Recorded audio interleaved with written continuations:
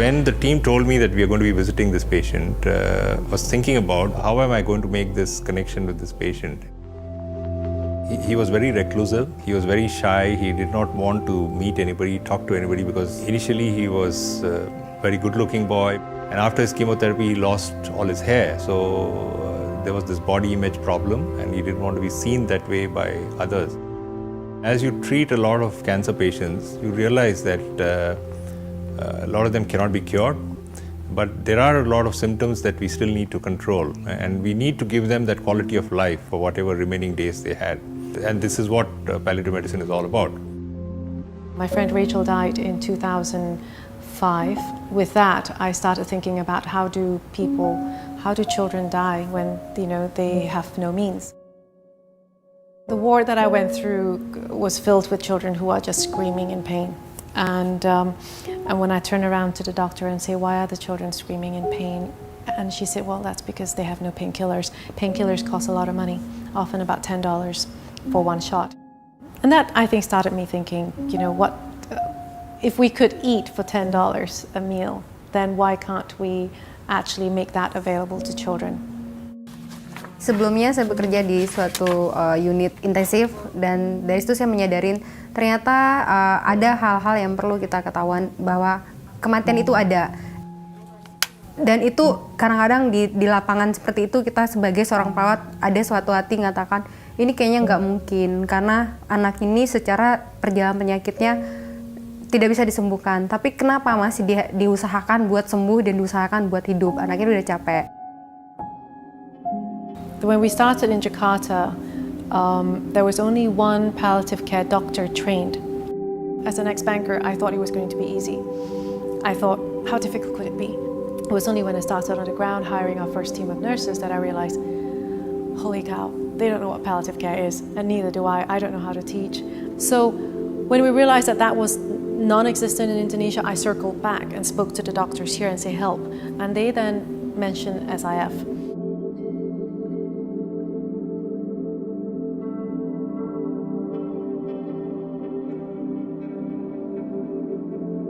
It was tough because the nurses were very enthusiastic, but they did have some self-doubts. They were very hesitant because there was a lot of learning that they had to do, and it was a steep learning curve. Kita memperkenalkan kita ada layanan paliatif, mereka nggak melihat sama sekali.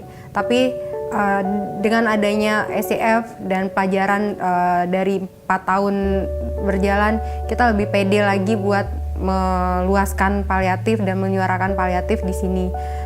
Yang paling memuaskan adalah perawatan, pasien menerima perawatan kita dengan yang benar-benar berharga bagi pasiennya. Mereka meninggal dengan tidak kesakitan dan berada di dekat keluarga yang dia cintain, dan keluarganya ikhlas atas kepergian pasien tersebut.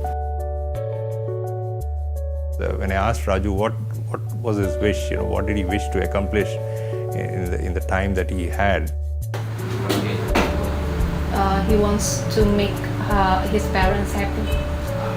Very good. That's a very good thing. You heard that, Mami? Apa? Mau nyenengin ibu bapak yang bisa membahagiakan ibu. So there is an incredible trust because of the continuity of the team.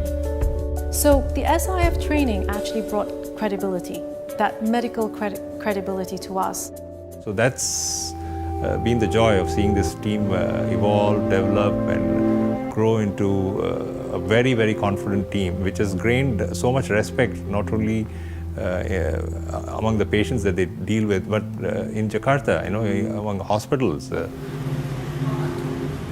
Ini ilmu yang walaupun baru di Indonesia, tapi saya benar-benar harus meyakinin, belajar lagi dan lagi buat memberitahu teman-teman yang ada di luar sana kalau apa yang mereka lakukan bukannya salah, tetapi mereka bisa melakukan asuhan paliatif di tempat mereka bekerja. So after the visit, the father mentioned that this whole meeting brought them a lot of peace and inner healing. I thought that was very, very touching as far as I could see, and I felt very humbled by that experience. Beyond anything else, I think the SIF team or the volunteers who were brought in to teach our team is that medical care needs to bring back that human touch, and that a patient is somebody who needs not so much as prescription, but that human being to come beside you and say, yes, I do care. And I think today that's what Rachel House leads with.